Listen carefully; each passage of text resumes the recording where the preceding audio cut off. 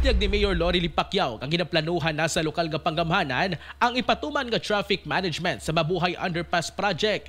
Human gisaysay sa Department of Public Ways and Highways o sa Vicente Tilao Construction nga dili pa maagihan ang underpass sa bulan sa Disyembre tungod sa ginahulat nga revised plan, luyo sa ginatangan nga grabe nga trapiko. Sumala ni Mayor Pacquiao, kanunay ang iyang meeting sa DPWH ug sa kontraktor aron masayran ang kinahanglan. According sa katong contractor, katong naa sila ginahulat lang. So basig mauna to, no? So mabalaan na kay weekly nagapatawag ta og meeting para ma-update kay ingon nato unsa pa ang pwede nako matabang kay para mabitbit nato dito sa national kay naka-schedule ta nga mag-meeting sa ato ang Secretary of DPWS, si Secretary Dizon, no?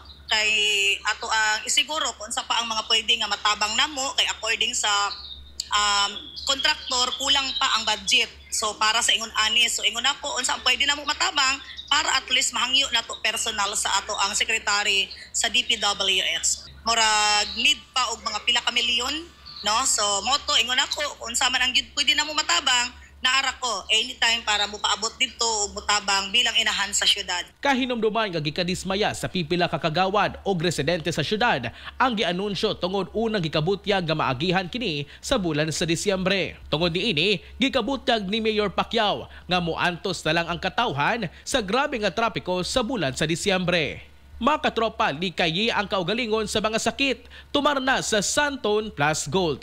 Alang sa Dekeo sa Pilipino para sa Pilipinas, kini si katropang Philip Olegario. XFM